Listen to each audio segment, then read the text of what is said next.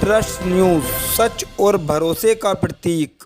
उत्तर प्रदेश के मुरादाबाद से सपा सांसद डॉक्टर एसटी हसन ने यूसीसी यूनिफॉर्म सिविल कोड पर जमकर हमला बोल दिया है। उन्होंने कहा है कि भारत हमारा देश है। ये देश रंग बिरंगे फूलों का गुलदस्ता है।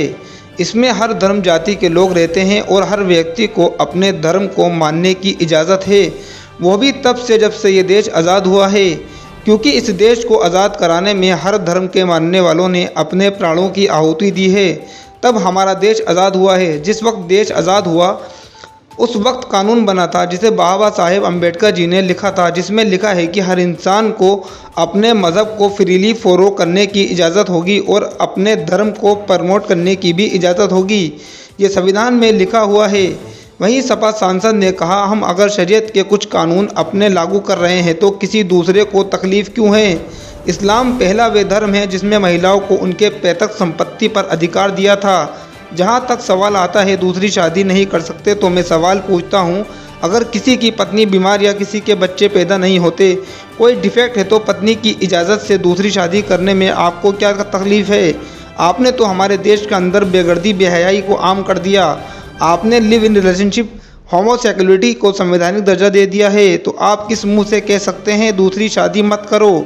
लिव इन रिलेशनशिप में आप रह सकते हैं। वहीं सपा सांसद ने कहा, आप 2 के साथ रहें या 4 के साथ रहें, पर निकाह करके रहें, किसी को आप कैसे रोक सकते हैं। मेरा ही ऑब्जेक्शन है कि हम मुसलमान अल्लाह के अहकाम जो कुरान पाक में साफ साफ लिखा है उसको फॉलो करते हैं। इन अहकाम से किसी दूसरे को तकलीफ़ नहीं होनी चाहिए। ये हमारे पर्सनल लॉ हैं। अगर इसको ख़त्म करेंगे तो हम इसका ज़बरदस्त विरोध करेंगे। अगर यूसीसी कानून नहीं मानेंगे के जवाब में सांसद ने कहा, अब तक 75 साल से कौन से कानून मान रहे हैं। क्या परेशानी है। किसी की पैतृक संपत्ति में अगर लड़की का हिस्सा लड़के से कम है तो क्या किसी ने कोई शिकायत करी। आपको क्यों परेशानी है। असल में सवाल इस बात का नहीं है। ये 2024 की तैयारी है। कैसे इस देश के रहने वालों को हिंदू मुसलमान भाइयों के बीच में दरारें पैदा करी जाएं और एक होड़ मची हुई है बीजेपी की नेताओं में। कौन कितना मुसलमानों को टॉर्चर करेगा उतना ही बड़ा बीजेपी का नेता बनेगा। ये बात मुसलमानों की अच्छी तरह समझ में आ गई है। अब ये कितनी भी हिंदू मुसलमानों के बीच नफरत या दरार डालने की कोशिश करें, लेकिन डाल नहीं सकेंगे, क्योंकि हर हिंदू और हर मुसलमान इनकी इस नीति को समझ चुका है। मुरादाबाद से शाहनवाज खान की रिपोर्ट। सांसद जी, यूसीसी को लेकर के लॉ कमीशन ने सबकी राय लेनी शुरू कर दी है। राय लेकर के यूसीसी को लागू करने की, यूनिफॉर्म सिविल कोड को लागू करने की बात कही है। किस तरह से आप क्या मानते हैं। देखिए, हमारा देश अनेकताओं में एकता का देश है।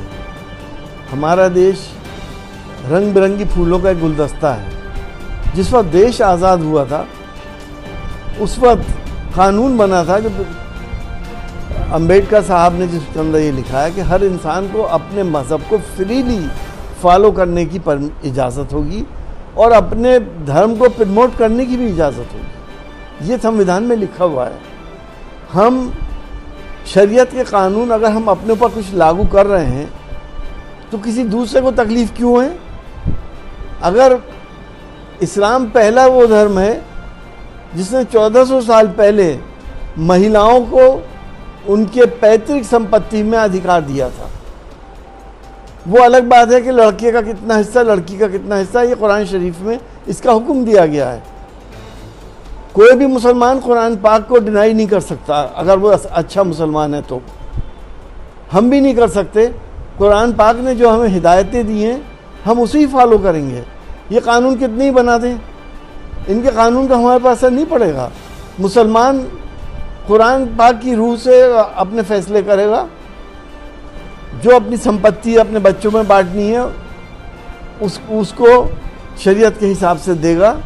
इससे किसी को तकलीफ़ क्यों है। आखिर जहाँ तक सवाल आता है कि दूसरी शादी नहीं कर सकते, मैं सवाल पूछता हूँ, अगर किसी की पत्नी बहुत बीमार है या किसी की पत्नी के बच्चे नहीं होते, उसके अंदर कोई डिफेक्ट है, तो पत्नी की इजाज़त से दूसरी शादी करने में आपको क्या तकलीफ़ है। अगर आपने अब हमारे देश के अंदर बेगैरती बेहयाई और उरियानियत को आपने आम कर दिया, आपने लिविंग रिलेशनशिप और होमोसेक्सुअलिटी को आपने संवैधानिक दर्जा दे दिया। आप किस मुंह से कह सकते हैं कि दूसरी शादी मत करो?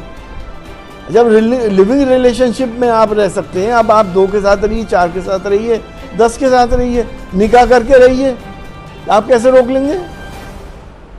मेरा यह ऑब्जेक्शन है कि हम मुसलमान अल्लाह के अहकामात को जो कुरान पाक में साफ साफ लिखे हैं उसको फॉलो करते हैं। इन अहकामातों से किसी दूसरे को कोई तकलीफ़ नहीं है। ये हमारे पर्सनल लॉज हैं, इसको अगर ख़त्म करेंगे तो इसका हम ज़बरदस्त विरोध करेंगे। तो आपका कहना यह है कि आप लोग यूसीसी को नहीं मानेंगे, तो किस कानून को आप मानेंगे? अब तक 75 साल से कौन से कानून मान रहे हैं? क्या परेशानी आई किसी को?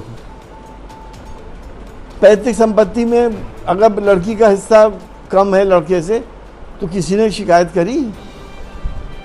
आपको क्यों परेशानी है? असल में सवाल इस बात का नहीं है, यूसीसी नहीं है, ये 2024 की तैयारी है। कैसे इस देश के रहने वालों को, हिंदू मुसलमान भाइयों के बीच में दरारें पैदा करो। और एक होड़ सी मची हुई है बीजेपी के नेताओं में कि कौन कितना मुसलमान को टॉर्चर कर ले वो उतना ही बड़ा बीजेपी का नेता बनता है। ये बात मुसलमानों की अच्छी तरह से समझ में आ रही है।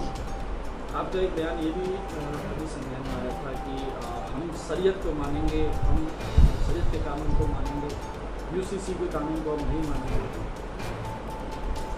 देखिए, मैंने आपसे कहा ना, जिस कानून से किसी दूसरे को कोई तकलीफ नहीं हो रही है, शरीयत का कानून है।